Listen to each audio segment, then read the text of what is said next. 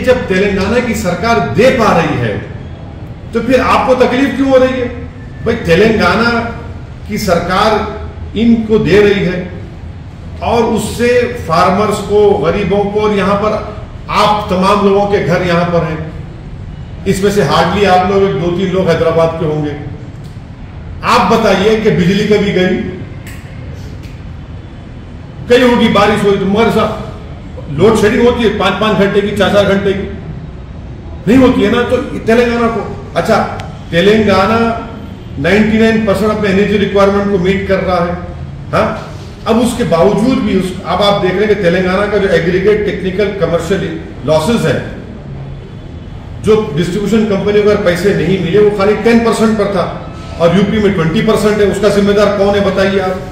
तो इसीलिए हम कह रहे हैं कि ये इससे बिजली जो गरीबों को तेलंगाना में जो सरकार दे रही है कम पैसों में, वो कीमतें बढ़ जाएंगी और इससे बहुत बड़ा नुकसान होगा।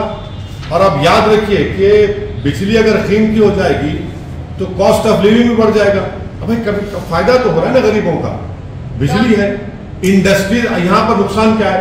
इसीलिए हम कह रहे हैं कि हम अपील करते हैं कि भाजपा सरकार से कि वो इंडस्ट्रीज के लिए ना करे काम, इंडस्ट्रियलिस्ट के लिए ना करे काम, बल्कि गरीब किसान के लिए, गरीबों के लिए इस बिल को वो स्टैंडिंग कमेटी से ही वापस ले ले, खत्म कर दे। सर, सरकार का कहना है कि इलेक्ट्रिसिटी रिफॉर्म की जरूरत। देखिए कि कौन किसके मकान पर, दुकान पर, मोटरसाइकिल पर डैमेज कर रहा है और तोड़न फाड़ी कर रहा है, वो कौन लोग। उसके बाद एक 8 साल के लड़के को जिसका नाम रिजवान है, पिछले 4 दिन से 8 साल का रिजवान राजद और नीतीश कुमार की सरकार में 8 साल का मुसलमान लड़का रिजवान पुलिस कस्टडी में है और पुलिस के एक आला ओहदेदार ने मीडिया को झूठ कहा। मैं उनको चैलेंज कर रहा हूं कि अगर उनको पढ़ना लिखना नहीं आता है तो जो जिसको पढ़ना लिखना आता है उनसे ये पढ़वा लीजिए कि रिजवान की उम्र बर्थ सर्टिफिकेट में 8 साल की उम्र और उसकी मां पिछले 4 दिन से रिजवान के ताल्लुक से बेचैन है। हम नीतीश कुमार से और राजद के लोगों से कहना चाह रहे हैं कि भैया ये आपका जो सेकुलरिज्म का नाटक है हमको नहीं चाहिए। आपकी सत्ता आपको मुबारक, आप मुसलमानों को सम्मान देंगे नहीं देंगे? कैसे एक 8 साल का लड़का, उसकी मां पर क्या गुजर रही है, आप गैर जरूरी कि उसको पकड़ कर लेकर गए? 8 साल का लड़का, क्या जुल्म है ये? तो नीतीश कुमार मुख्यमंत्री से और राजद के बड़े बड़े नेता जो अपने आप को सेकुलरिज्म का बहुत बड़ा लीडर मानते हैं, ये कहाँ गया आपका सेकुलरिज्म अभी? और ये लोग जो बाजा बजा रहे थे, जो अपने आप को सेकुलर कहते, सारी दुनिया में सर्टिफिकेट बांटते हैं, अब ये गूंगे क्यों बन के बैठे हैं? अगर वहां पर किसी और की सरकार होती तो आप तो आसमान सर पर उठा लेते। अब आपकी सरकार है तो रिजवान को कैसे जेल में रखा गया? हम डिमांड करते हैं नीतीश कुमार मुख्यमंत्री से कि रिजवान को फौरन छोड़ा जाए। एक 8 साल के बच्चे को उसकी मां से खींच कर रखना, उससे जुदा कर देना, ये इंसानियत नहीं है, जुल्म है ये। सीमा हिंसा की बात की सर, तो आपको क्या लगता है कि कौन लोग हैं इसके पीछे? अरे वो तो वीडियो है, वीडियो दिखाया गया है, पूरा सोशल मीडिया पे वीडियो है, जो वहां के लोकल केबल ने दिखाया कि मोटरसाइकिल तोड़ी जा रही है, गाड़ी तोड़ी जा रही है, घर पर पत्थर फेंके जा रहे हैं। कौन है वो लोग? उनको क्यों नहीं पकड़ रहे? पकड़िए उनको।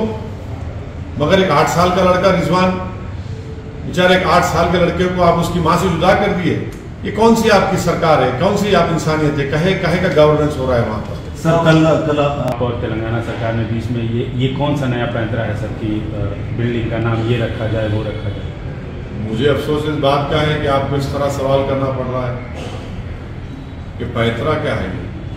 भाई जो भारत रत्ना है, जिसने भारत को संविधान दिया है, संविधान बनाया है, जो मेरे ख्याल से इस देश का अब तक के बहुत बड़ा लीडर है, गांधी से बड़ा लीडर है वो, और उसका नाम बाबा साहेब अम्बेडकर है। हमारी पार्टी ने भी तेलंगाना असेंबली में उस रेजोल्यूशन को सपोर्ट किया है और हम केंद्र सरकार से ये अपील करते हैं कि जो नई पार्लियामेंट की बिल्डिंग बनाई जा रही है उसका नाम बाबा साहब अम्बेडकर के नाम से रखा जाए, क्योंकि जो पार्लियामेंट चलती है ना, तो वो तो संविधान से चलती है। वो तो उसको बोलते हैं कि ये सबसे बड़ी पंचायत है, डेमोक्रेसी का वो सबसे बड़ा सेंटर है। तो वहाँ पर उस नई बिल्डिंग का नाम बाबा साहब अम्बेडकर के नाम पर रखना चाहिए। बल्कि मैं तो तेलंगाना के मुख्यमंत्री का शुक्रिया भी अदा करता हूँ कि उन्होंने इस तरह का रेजोल्यूशन तेलंगाना की विधानसभा में पास किया। और हम उम्मीद करते हैं कि तेलंगाना की सरकार भी जो नई सेक्रेटेरिएट की बिल्डिंग बन रही है उसका भी नाम हम सीएम से ये अपील करते हैं कि वो बाबा साहब अम्बेडकर के नाम से उसको रख दिया जाए, नए सेक्रेटेरिएट की बिल्डिंग। नहीं, इस पे पॉलिटिक्स क्यों रखना चाहिए, नाम क्यों देना चाहिए? नहीं, आपको तकलीफ क्या है? अम्बेडकर के नाम से आपको तो तकलीफ क्यों हो रही है? नहीं सर, नाम से तकलीफ नहीं है। आप कई मसलों पे नाम चेंज करने, रास्ते का नाम चेंज करना, इसका नाम चेंज करने पे आप मुखालफत करते रहे, तो ये नाम की राजनीति करने का जरूरत क्या है? देखिए, नाम चेंज तो नहीं हो रहा है ना, नाम रखा जा रहा है। नाम चेंज किसका हो रहा है? नाम तो है ही नहीं वहां पर। भारत की पार्लियामेंट की नई बिल्डिंग जो बन रही है, जिसका प्रधानमंत्री फाउंडेशन स्टोन भी डाले और ऊपर भी जाकर उन्होंने तस्वीर भी ली, तो बिल्डिंग का नाम रखने की बात कर रहे हैं। कमलनाथ ने वकर के पास हम नमाज जुमा वहाँ पढ़ेंगे, सब हमारे पार्टी के एमएलएज, पूरे कॉर्पोरेटर, जिम्मेदार, और वहाँ से हम लोग एक मोटरसाइकिल रैली निकालेंगे, तिरंगा रैली, और तीगल कुंटे तक जाएंगे और तीगल कुंटे के पास एक पब्लिक मीटिंग होगी। ये हम लोग उस दिन, क्योंकि हैदराबाद उस वक्त का स्टेट भारत से उसका इंटीग्रेशन हुआ था, इंटीग्रेट हो गया भारत के साथ में, जब आज़ादी मिली थी 47 में, 48 में ये हुआ, तो इसलिए उसके इंटीग्रेशन के, नेशनल इंटीग्रेशन के तौर पर उस दिन को मना रहे हैं और इसीलिए हम निकल रहे हैं और एक रैली की शक्ल में जाएंगे। और फिर दूसरे दिन तेलंगाना स्टेट गवर्नमेंट की तरफ से जो ऑफिशियल फंक्शन होगा उसमें भी हम लोग तमाम के तमाम हमारे पार्टी के एमएलएज, मैं, एमएलसी, उस प्रोग्राम में भी हम शिरकत करेंगे। Cultural ministry, union cultural ministry में प्रोग्राम ऑर्गेनाइज कर रही है, होम मिनिस्टर उसका पार्टिसिपेट। असेंबली में उसको रेजोल्यूशन। सबसे पहली बात तो यह है कि क्या भाजपा जो पावर में है दिल्ली में, देश के प्रधानमंत्री नरेंद्र मोदी की सरकार ने किसानों के एजिटेशन में नहीं कहा था कि इसको वापस लिया जाएगा? नंबर 1 पॉइंट, आपने ये कहा था कि इसको वापस लिया जाएगा। दूसरा ये कि आप एक बात को समझिए कि बिजली जो है वो एक लग्जरी नहीं, एक राइट है, लग्जरी नहीं, एक राइट है। तीसरा ये है कि तेलंगाना की खास तौर से हमारे वजीर आला के चंद्रशेखर राव ने जो बिजली की पैदावार यहाँ पर की है, उससे किसानों को बहुत बड़ा फायदा हुआ। उससे तेलंगाना में स्टेट की फूड सिक्योरिटी में इजाफा हुआ है।